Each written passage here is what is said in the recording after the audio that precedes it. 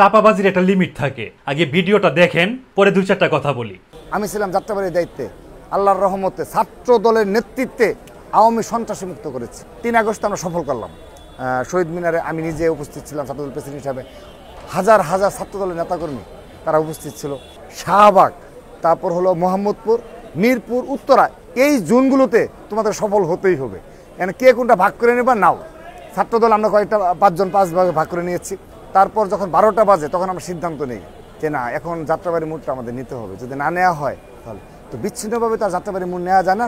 সাংগঠনিক ওয়েতে যারা দীর্ঘদিন একে অপরকে চিনে, যে যদি ছাত্রলীগ একটা গুলি করে তাহলে যেন আমরা কেউ পেছনের জন্য না যায়। যেহেতু এখানে আমরা জেনেছি অবৈধ এমপি, তারপরে যখন আমরা দেখেছি আমাদের হাজারের সমান নেতাকর্মী হয়েছে আর কি, এই মিছিল নিয়ে একাধারে আমরা একদম যাত্রাবাড়ি মোড় পর্যন্ত, আপনাদের মৎস্য ভাণ্ডার আছে, পূবালী মৎস্য ভাণ্ডার, এগুলো দেখবেন যে ভিডিওতেই রয়েছে। এগুলো যখন পার হয় তখন ওরা ওখান থেকে গুলি চালায়। কিন্তু আমাদের শারীরিক স্পিড এত বেশি ছিল, কেউ কাউকে মানা মতো অবস্থা যে এখান থেকে আমরা পেছনে ঘটবো না। ছাত্র দলের সভাপতি মিস্টার রাকিব সাহেব বলতেছেন 3 তারিখ নাকি ওনারা শাহবাগে ছিলেন এবং উনার নেতৃত্বে হাজার হাজার নেতাকর্মী সেখানে উপস্থিত ছিলেন। কি হাস্যকর কথাবার্তা। 4 তারিখ উনার নেতৃত্বে নাকি যাত্রাবাড়ি ব্লক করা হয়েছিল।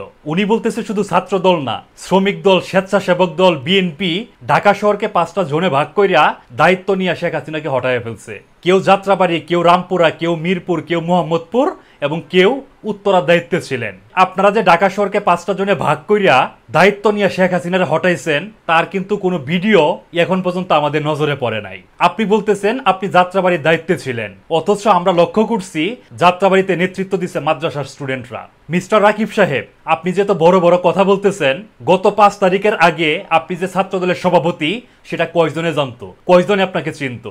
আপনার নেতা মিস্টার ফখরুল সাহেব বলছিলেন এই আন্দোলনের সাথে বিএনপির কোনো সম্পৃক্ততা নাই, এটা ছাত্র জনতার আন্দোলন। শেখ হাসিনাকে হটাইতে আপনাদের যে অবদান, তার চেয়ে ভিপিএন এর অবদান বেশি। এমন হাস্যকর কথাবার্তা বইলা হাসির খোরাক হয়েন না, বিনোদনের পাত্র হয়েন না। শেখ হাসিনাকে হটাইতে আপনাদের কি অবদান সেটা দেশের মানুষ জানে। আপনারা কি বলছিলেন তার ভিডিও প্রমাণ আছে। আপনারা অনেকবার চেষ্টা করছেন 5ই আগস্টের আন্দোলনের ক্রেডিট ছিনতাই করতে। আপনারা যতই এর ক্রেডিট ছিনতাই করার চেষ্টা করবেন ততই হাসির পাত্র হবেন। ধন্যবাদ সবাইকে।